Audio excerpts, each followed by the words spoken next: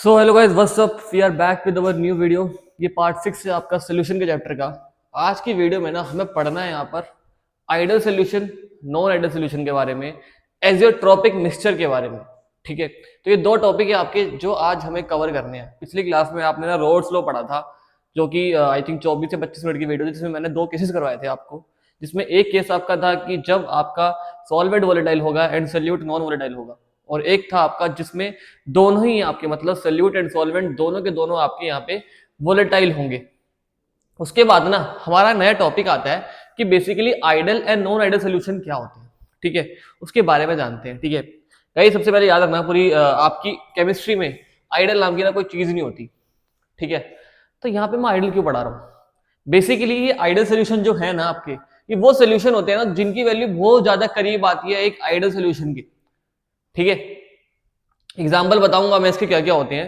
सबसे पहले जानते ही है कि आइडियल सोल्यूशन क्या होते हैं, नॉन आइडियल सॉल्यूशंस क्या होते हैं। ठीक है, डेफिनेशंस क्या होती है इनकी। देखो, पहली डेफिनेशन क्या है कि ये बेसिकली आपके ना रोड्स लॉ को फॉलो करते हैं। ठीक है, मतलब जो इनकी एक्सपेरिमेंटल वैल्यू आएगी वो आपके रोड्स लॉ की इक्वल आएगी। जो रोड्स लॉ में मैंने आपका ग्राफ बनाया था ना, सिंपल ग्राफ, सीधी लाइन थी आपकी जो। ठीक है, वैसी ही इसकी भी क्या होगी गाइस, वैल्यू होगी आपकी। नॉन आइडियल सोल्यूशन में क्या होगा आपके कि आपके रोड्स लॉ को ओबे नहीं करते। ठीक है, बेसिकली इनकी जो वैल्यू होती है वो इक्वल नहीं आती। दूसरा सुनते हैं यहाँ पे इंटरमोलिकुलर फोर्सेस, ये बहुत इंपॉर्टेंट है आपका। ठीक है, बेसिकली आपको पता है क्या है यहाँ पर कि मेरे पास ना बेसिकली एक बाइनरी सोल्यूशन होता है जिसमें दो कंपोनेंट होते हैं आपके पास। ठीक है, एक होता है ए कंपोनेंट और दूसरे का नाम ले लिया मैंने बी कंपोनेंट। अगर ये मिक्स होंगे तो ऑब्वियस है कि बॉन्ड भी बनाएंगे। बॉन्ड बनाने के बाद वो ए बी बॉन्ड बनाता है कि नहीं बनाता? बनाता है ना। अगर सॉल्वेंट अलग है, सोल्यूट अलग है, ठीक है, दोनों कंपोनेंट अलग अलग है, तो उनके अंदर में भी ए कंपोनेंट होगा एंड बी भी कंपोनेंट होगा। ठीक है, बी भी आपके बॉन्ड बने हुए होंगे, मॉलिक्यूल्स होंगे। तो बेसिकली इंटरमोलिकुलर फोर्सेस जो सबके बीच में होता है ना, वो यहाँ पर इक्वल होता है, ऑलमोस्ट इक्वल होता है। लेकिन नॉन आइडियल के अंदर क्या होगा गाइस, वो अलग होगा। ठीक है, ए बी आपका इंटरेक्शन डिफर होगा, अलग होगा। किससे? ए और बी बी से। देखो अब समझना है इसको। नॉन आइडियल सोल्यूशन के अंदर ना अगर आपके जो ए बी का बॉन्ड है वो ज्यादा करीब आता है, ज्यादा बेसिकली अच्छा बॉन्ड बना रहा है एज कम्पेयर टू दिस, तो एक अलग केस बनता है। ठीक है, और अगर आपका ए बी का बॉन्ड यहाँ पे थोड़ा सा लूज है, किससे? ए और बी बी से, तो वो एक अलग केस बनाएगा। थर्ड है आपका गाइस यहाँ पे डेल्टा वी मिक्स। बेसिकली ये ना वॉल्यूम की बात कर रहा है। देखो ये सिंपल है आपका, यहाँ पे सारे के सारे बॉन्ड आपके इक्वल है। ए का बॉन्ड भी इक्वल होगा, बी का बॉन्ड भी इक्वल होगा एंड ए बी का बॉन्ड भी इक्वल होगा। दैट मींस यहाँ पे ना वॉल्यूम में कोई चेंज नहीं आएगा, वॉल्यूम सबकी सेम रहेगी। बट बात करूंगा अगर मैं इसकी, मेरे पास एक ए का बॉन्ड है, बी का बॉन्ड है, लेकिन जो ए बी का बॉन्ड है वो या तो लूज हो सकता है या फिर ज्यादा क्या बोलते हैं उसको, बाइंड कर सकता है। ठीक है, ज्यादा बेसिकली अटैच्ड होगा, वो ज्यादा स्ट्रॉन्ग बॉन्ड बनेगा। और अगर ज्यादा स्ट्रॉन्ग बॉन्ड बनता है तो ज्यादा पास होंगे, और अगर वो ज्यादा पास होंगे दैट मींस उनकी जो वॉल्यूम होगी वो डिक्रीज नहीं हो जाएगी। अगर वॉल्यूम बेसिकली उनके जो बोन्स है वो थोड़े से दूर दूर होंगे तो उनकी वॉल्यूम डिक्रीज होगी कि नहीं होगी। इसलिए यहाँ पे क्या लिखा है, नॉन जीरो, वॉल्यूम इंक्रीज भी हो सकती है एंड डिक्रीज भी हो सकती है। ये भी जानेंगे कैसे। लास्ट है गाइस आपका डेल्टा एच मिक्स। वही बेसिकली यहाँ पे जीरो होगा, कोई भी हीट एब्जॉर्ब नहीं होगी एंड रिलीज नहीं होगी। लेकिन यहाँ पे आइडियल सोल्यूशन के अंदर आपका ये नॉन जीरो होता है, मतलब आपका हीट एब्जॉर्ब भी हो सकती है एंड रिलीज भी हो सकती है। ये केस मैं बताऊंगा आपको कि जब हीट एब्जॉर्ब होती है, और मुझे पता है यहाँ पे हीट एब्जॉर्ब आपकी एंडोथर्मिक रिएक्शन के अंदर होती है, दैट मींस यहाँ पे पॉजिटिव डेविएशन होगी, यहाँ पे गाइस आपकी नेगेटिव डेविएशन होती है। ठीक है, आई होप सो आपको यहाँ पे डिफरेंस समझ आया होगा। अब जरा इनके एग्जांपल्स की बात करते हैं। आपकी आइडियल सोल्यूशन के क्या एग्जांपल होते हैं एंड नॉन आइडियल सोल्यूशन के क्या एग्जांपल होते हैं। सो गाइस अब जरा बात करते हैं आपके non ideal solution and ideal solution के एग्जांपल के बारे में। सबसे पहले मैं बात करता हूं आपका आइडियल सोल्यूशन के बारे में कि उसका एग्जांपल आखिरकार क्या होता है। ठीक है, यहाँ पे आपके ना आइडियल सोल्यूशन के एग्जांपल लिखे हुए हैं। पहला एग्जांपल देखो, आपको याद करना है और कुछ नहीं करना। इधर एन हेक्सेन है आपका और एन हेप्टेन, जब ये मिक्स होंगे ना दोनों के दोनों, तो ये आपके एक आइडियल सोल्यूशन के पास तक की वैल्यू लेके आएगा। देखो करीब वैल्यू लेके आते हैं, बहुत करीब, लेकिन ये आइडियल सोल्यूशन बोलते नहीं है, इनकी वैल्यू ना बहुत ज्यादा करीब होती है उनकी। ठीक है, जो मैंने बताया था ना आपका P solution experimental value equal होती है पी सोल्यूशन रोड्स लॉ के, तब आपका वो आइडियल सोल्यूशन बनता है। लेकिन उसकी वैल्यू ना बेसिकली बहुत ज्यादा करीब आती है। ठीक है, बेसिकली बोलने का तरीका ये है कि आपका ना पूरे यूनिवर्स में कोई ऐसी चीज नहीं है जो आइडियल हो। ठीक है, तो ये बेसिकली आपका समझ आ गया एग्जांपल। दूसरा एग्जांपल आपका बेंजीन एंड टॉलिन का। ठीक है, और जो ग्राफ बनता है ना गाइस, वो सेम टू सेम ना रोड्स लॉ के जैसा ही बनता है। जो आपका केस 2 था ना, जिसमें आपके वोल्टेज सॉल्वेंट था एंड वोल्टेज सॉल्यूट था, सेम टू सेम उसकी तरह इसका ग्राफ बनेगा। तो वो ग्राफ भी ना बना के आना, अगर आपसे पूछ लिया डिटेल में कि भाई आइडियल सोल्यूशन के बारे में बताओ तो। अब आता है important topic, non ideal solution के एग्जांपल्स। अब आपके जो नॉन आइडियल सॉल्यूशंस है ना, वो आपके ना दो पार्ट्स में डिवाइडेड हो चुके होते हैं। कौन कौन से पार्ट होते हैं? एक पार्ट होता है जब आपका ना वो पॉजिटिव डेविएशन शो करता है, एंड एक होता है आपका कब, जब वो एक नेगेटिव डेविएशन शो करेगा। तो पहले बात करते हैं आपका पॉजिटिव डेविएशन की, रोड्स लॉ के साथ। सुनना, मुझे पता है अगर वो इक्वल टू होंगे तो वो एक आइडियल सॉल्यूशन बनाएगा, लेकिन अगर वो इक्वल नहीं हुए, या तो वो ग्रेटर देन होंगे या फिर वो लेस देन होंगे, ठीक है। जब वो ग्रेटर देन होते हैं किससे? एक्सपेरिमेंटल वैल्यू से, रोड्स लॉ की, तब वो आपका पॉजिटिव डेविएशन शो करता है, ठीक है। मतलब जो एक्सपेरिमेंटल वैल्यू होगी वो ज्यादा होगी एज कंपेयर टू जो रोड्स लॉ की रियल वैल्यू है, ठीक है, या फिर एक आइडियल सॉल्यूशन की रियल वैल्यू है। कब होता है ऐसा? जब आपका ना ए बॉन्ड और बीबी बॉन्ड, ठीक है, ज्यादा अटैच हो रखे होते हैं, ज्यादा बेसिकली फोर्स दिखाते हैं, फोर्स ऑफ अट्रैक्शन दिखाते हैं एज कंपेयर किसके? ए बी के बॉन्ड से। मुझे क्या पता है कि जब भी मुझे किसी बॉन्ड को तोड़ना होता है ना, तो मुझे ना उसको बहुत सारी एनर्जी देनी पड़ती है, ठीक है। ये आपने ना क्लास 10th में भी पढ़ा था, है ना। लेकिन जब भी मुझे कोई बॉन्ड बनाना होता है, तब कोई बॉन्ड जुड़ रहा होता है बेसिकली, तब बहुत सारी एनर्जी रिलीज होती है। ये भी आपने क्लास 10 में पढ़ा था। तो बेसिकली मुझे क्या पता है कि अगर मुझे देखो, मुझे ए बी बॉन्ड बनाना है, तो मुझे बीबी का बॉन्ड और ए का बॉन्ड तोड़ना पड़ेगा। और अगर मैं इन दोनों बॉन्ड को तोड़ता हूं ना, तो मुझे बहुत ज्यादा एनर्जी देनी पड़ती है, मतलब बहुत ज्यादा हीट देनी पड़ेगी, है ना। और अगर मैं यहाँ पे हीट बेसिकली दे रहा हूं, मतलब ये एब्जॉर्ब कर रहे हैं, और ये क्या कर रहा है, आपका हीट रिलीज कर रहा है। लेकिन ढंग से मैं आपको बताऊं तो ए बॉन्ड और बीबी बॉन्ड बेसिकली यहाँ पे क्या है, ज्यादा फोर्स में शो कर रही है ना, ज्यादा फोर्स ऑफ अट्रैक्शन है। दैट मींस जो आपका ए बॉन्ड और बीबी बॉन्ड का जो एनर्जी एब्जॉर्ब वाली पावर है, ठीक है, हीट एब्जॉर्ब वाली पावर है, वो कम होगी किससे? ए बी के बॉन्ड से। इसलिए जो इक्वेशन होती है ना आपकी, ये आपकी positive deviation basically positive show करता है, मतलब एंडोथर्मिक रिएक्शन होती है, क्योंकि ज्यादा एनर्जी आपकी एब्जॉर्ब हो रही है as compare to energy release का, ठीक है। ए बी का जो बॉन्ड है आपका, उसमें कम एनर्जी रिलीज हो रही है as compare to A bond और बीबी बॉन्ड के, आपका एब्जॉर्बेंट ज्यादा हो रहा है, ठीक है। इसलिए क्या है गाइस, आपकी एंडोथर्मिक रिएक्शन है। अगर एंडोथर्मिक रिएक्शन है, दैट मींस ये पॉजिटिव वैल्यू शो करता है। अब सुनना एक और एग्जांपल, देखो देख रहे हो यहाँ पे आपके पास जो ए बी का बॉन्ड है वो basically come force of attraction show कर रहा है। तो जब मैं दोनों को मिक्स करूंगा, ठीक है, दोनों आपके कंपोनेंट को मिक्स करूंगा, एक बाइनरी सॉल्यूशन बनाऊंगा, तो उसका मतलब क्या हुआ कि जो आपकी वॉल्यूम होगी वो ज्यादा होगी कि नहीं होगी? क्योंकि भाई बॉन्ड तो बहुत ज्यादा लूज है ना, बॉन्ड तो बेसिकली बहुत लूज है। अगर बॉन्ड लूज होगा, ठीक है, दैट मींस जो आपकी वॉल्यूम होगी वो भी तो क्या होगी, ज्यादा होगी ना एज कंपेयर इनके। तो मतलब यहाँ पे डेल्टा वी मिक्स बेसिकली बड़ा होता है जीरो से। वहां क्या था बेटा, जीरो के इक्वल था ना आइडियल सॉल्यूशन के अंदर। यहाँ पे क्या है, आपका डेल्टा वी मिक्स ज्यादा है एज कंपेयर किसके? ए वाले और बीबी वाले से। मतलब एग्जांपल में समझना कि अगर ये 10 लीटर है आपके पास, ये 20 लीटर है, तो जब मैं दोनों को मिक्स करूंगा ना, तो ये 32 लीटर बनाएंगे, ना कि आपके 30 लीटर बनाएंगे। 32 लीटर क्यों? क्योंकि भाई वॉल्यूम ज्यादा इंक्रीज हो चुकी है ना आपकी, इसीलिए। आई होप सबको समझ आया होगा आपका positive deviation from Raoult's law का बारे में, ठीक है। एग्जांपल देखना, इसके एग्जांपल होते हैं इथेनॉल एंड एसीटेट के बारे में बताता हूँ, ठीक है।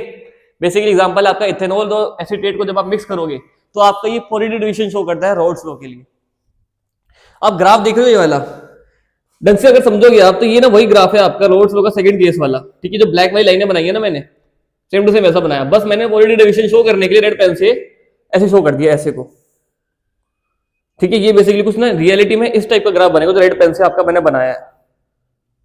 तो मैंने बेसिकली कंपेयर करा है आपका यहाँ पे आइडियल सॉल्यूशन वाले ग्राफ को नॉन आइडियल सॉल्यूशन वाले ग्राफ से, जो कि आपका पॉजिटिव डेविएशन शो करता है।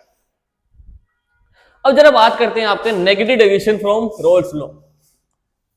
सबसे पहले याद रखना गाइस, इसमें एक्सपेरिमेंटल वैल्यू कम होगी, रोड्स लॉ की वैल्यू ज्यादा होगी।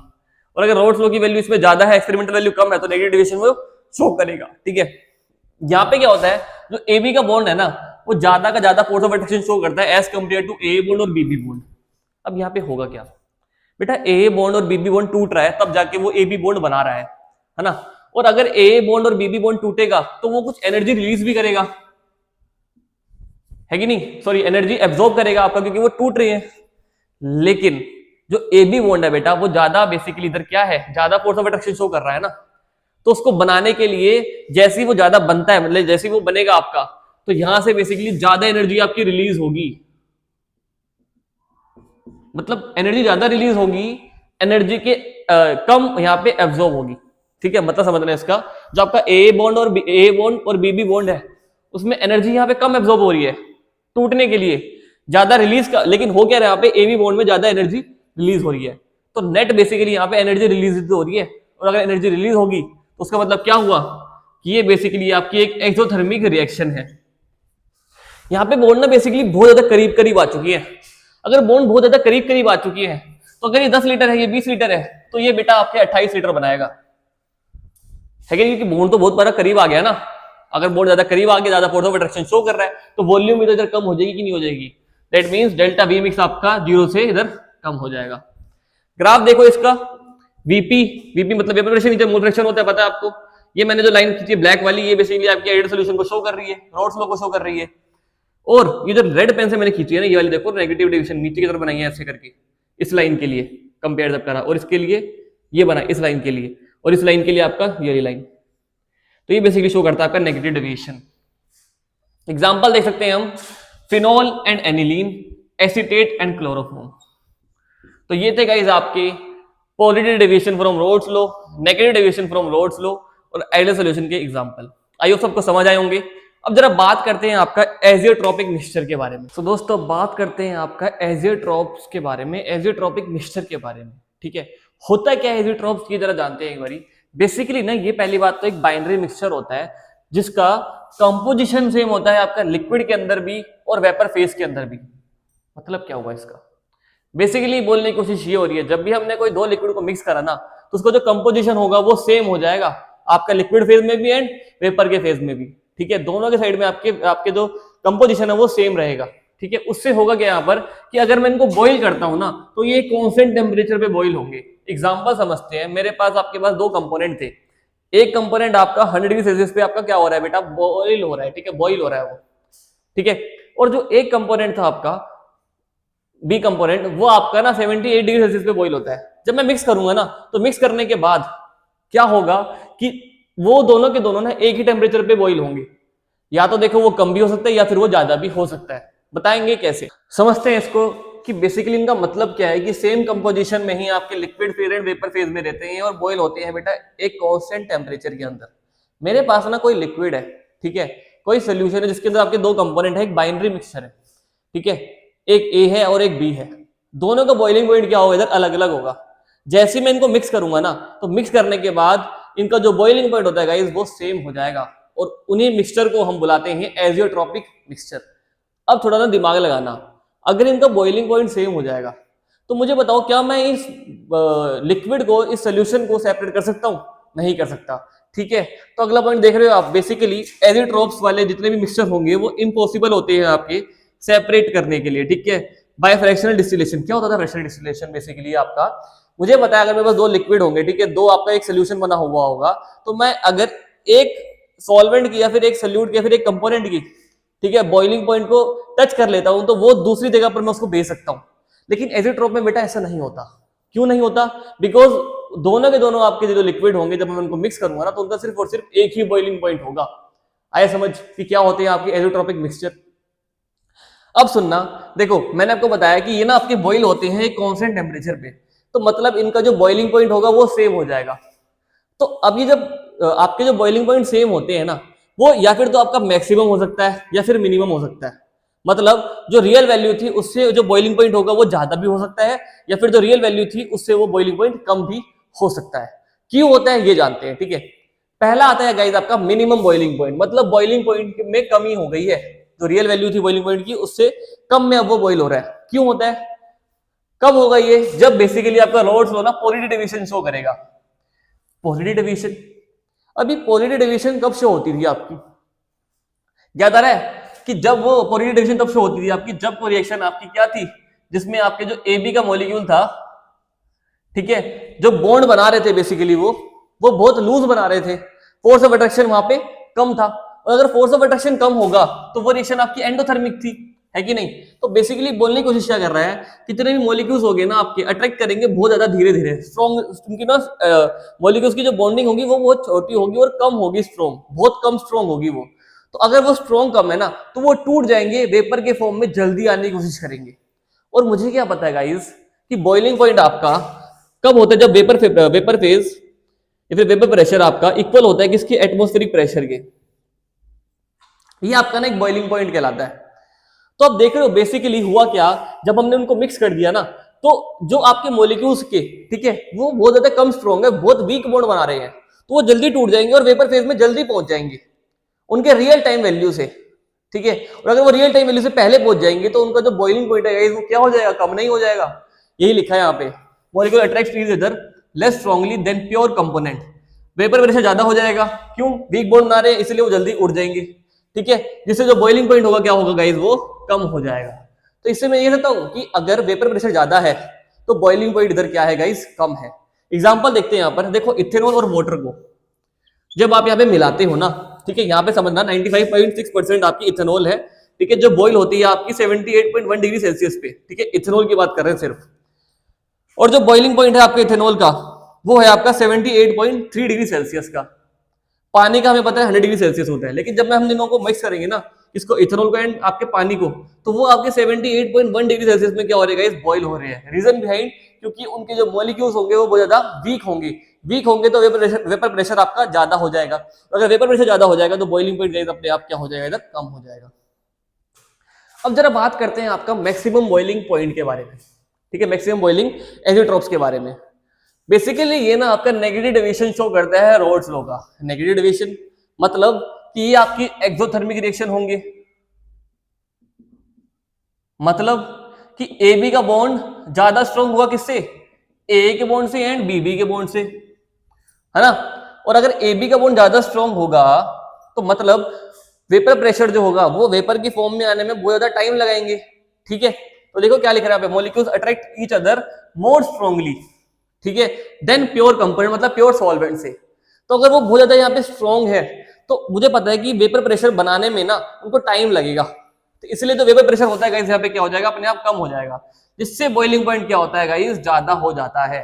मतलब जो रियल वैल्यू थी ना अब उस पे नहीं आ रहा वो, क्योंकि वेपर प्रेशर बन ही नहीं रहा है। क्यों, क्योंकि बॉन्ड यहाँ पे ना बहुत ज्यादा बेसिकली पास आ चुके हैं, बहुत ज्यादा स्ट्रॉन्ग बन चुकी हैं, तो उनको टूटने में ना बहुत एनर्जी लग रही है, इसलिए हम उसको ज्यादा हीट दे रहे हैं। और मैं ज्यादा हीट दूंगा दैट मीन्स वेपर प्रेशर बनाने के लिए ना ज्यादा टाइम लगेगा, ठीक है, ज्यादा हीट लगेगी। और अगर ज्यादा हीट लग रही है तो मतलब बॉइलिंग पॉइंट भी क्या हो जाएगा गाइस, बढ़ जाएगा उसका। आया समझ। नाइट्रिक एसिड और पानी को जब आप मिक्स करते हो तो ये बॉइल होते हैं गाइस आपके 120.5 डिग्री सेल्सियस पे। लेकिन अगर मैं बात करूं बॉइलिंग पॉइंट नाइट्रिक एसिड का तो वो होता है आपका 86 डिग्री सेल्सियस एंड पानी का होता है 100 डिग्री सेल्सियस। लेकिन जब आप दोनों को मिक्स कर दोगे तो उसका जो बॉइलिंग पॉइंट है गाइस वो आपका बढ़ गया है, और कितना हो गया है, 120.5 डिग्री सेल्सियस का हो चुका है। आई होप सो आपको समझ आया होगा azeotropic mixture, ideal solution, non ideal solution और उनके एग्जांपल्स। अगली क्लास में हम बात करने वाले हैं कोलिगेटिव प्रॉपर्टीज की, जो कि आपका पार्ट 7 होगा इस लेक्चर का, इस सीरीज का, ठीक है, इस एपिसोड का, सोल्यूशन के चैप्टर का। तो ऐसे ही बने रहिए इन वीडियोस में, लाइक करें वीडियो को, सब्सक्राइब करो चैनल को, और कमेंट भी करना कैसी आपको वीडियो लग रही है, क्या क्या कमी लग रही है आपको, ताकि मैं उस पर काम करूं और आपके लिए एक अच्छा कंटेंट बना के रखूं। आई होप सो आपको वीडियो अच्छी लगी होगी। बाय, मिलता है अगली वीडियो में, तब तक के लिए गुड बाय।